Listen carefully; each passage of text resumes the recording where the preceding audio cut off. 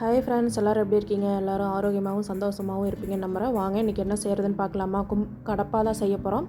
அதற்கு தேவையான பொருட்கள்: தக்காளி, வெங்காயம், 3 உருளைக்கிழங்கு வேக வச்சு எடுத்து வச்சுருக்கேன், பாசிப்பருப்பு வேக வச்சு எடுத்து வச்சுருக்கேன், 4 பச்சை மிளகாய், சோம்பு 1 ஸ்பூன், 4 சில்லு தேங்காய், 4-5 பல் பூண்டு, தாளிக்கிறதுக்கு பட்டை, கிராம்பு, பிரியாணி இலை.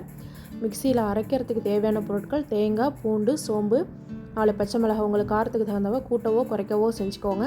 இதை அரைச்சிட்டு வந்துடலாம். இந்த வீடியோ பிடிச்சிருக்கு அப்படின்னா லைக் பண்ணுங்கள், ஷேர் பண்ணுங்கள், சப்ஸ்கிரைப் பண்ணுங்கள் ஃப்ரெண்ட்ஸ். தொடர்ந்து சப்போர்ட் கொடுங்க. இப்போ அரைச்சிட்டு வந்தாச்சு. அதை பாசிப்பருப்போடு கலந்து வச்சுக்கலாம். இப்போ தாளிக்க ஆரம்பிச்சிடலாம். சிம்பிளாக தான் இருக்கும். இட்லி, தோசைக்கு செம்ம டேஸ்ட்டாக இருக்கும். இந்த மாதிரி செஞ்சு பாருங்கள். நல்லெண்ணெய் 2 ஸ்பூன் விட்டுருக்கேன். நல்லா காஞ்சோடனே பட்டை, கிராம்பு, பிரியாணி எல்லாம் தாளிச்சாச்சு. அதிலே பெரிய வெங்காயம் போட்டு தாளிச்சிக்கோங்க. பெரிய வெங்காயம் நல்லா வதங்கிடுச்சு. இப்போ தக்காளி 1 போட்டு சீக்கிரம் வதங்கணுக்காக உப்பு போட்டு நல்லா வதக்கிக்கோங்க.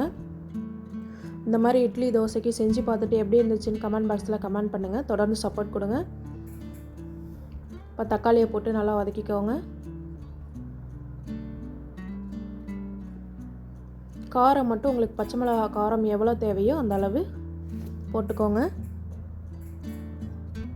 இப்போ பாருங்கள், தக்காளி நல்லா வதங்கிடுச்சு. உருளைக்கிழங்கு அப்படியே கட் பண்ணி அதையும் போட்டுக்கலாம். உருளைக்கிழங்கு ஒரு 3/4 பதம் வெந்தோடனே ஆஃப் பண்ணிடுங்க. இப்போ இதில் போட்டு இன்னும் வேக வைக்கும் போது நல்லா வெந்துடும். இப்போ அரைச்சி வச்ச விழுதுகள், பாசிப்பருப்பு வேக வச்சது எல்லாம் போட்டு எந்த அளவு தேவையோ அந்த அளவு குவான்டிட்டி கூட்டி வச்சுக்கோங்க. உப்பு, காரம் எல்லாம் செக் பண்ணிக்கோங்க. உப்பு பத்தலைனா போட்டுக்கோங்க. ஃபைனலாக பாருங்கள், கடப்பா ரெடி ஆகிடுச்சு. இட்லி, தோசைக்கு செம்ம அட்டகாசமாக இருக்கும். தேங்க்யூ.